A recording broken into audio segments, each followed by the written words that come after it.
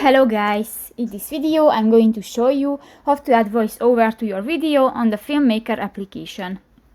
But first of all, I just want to mention, please don't forget to subscribe to our channel, because at 100,000 subscribers we are going to show you our YouTube revenue statistics and growth strategy, how to make money online. So let's jump into it. First of all, open the application on your device. New, if you want to start a new project, click to the new project button, and in the project section you can find your old project. New, I select an old project, and if you want to add sound effect, go to the right side of the screen and click to the second, the music button. Here click to the voiceover option at the upper right corner of the screen and just speak and done. So that's pretty much it for this video, guys. See you in the next one. Bye bye.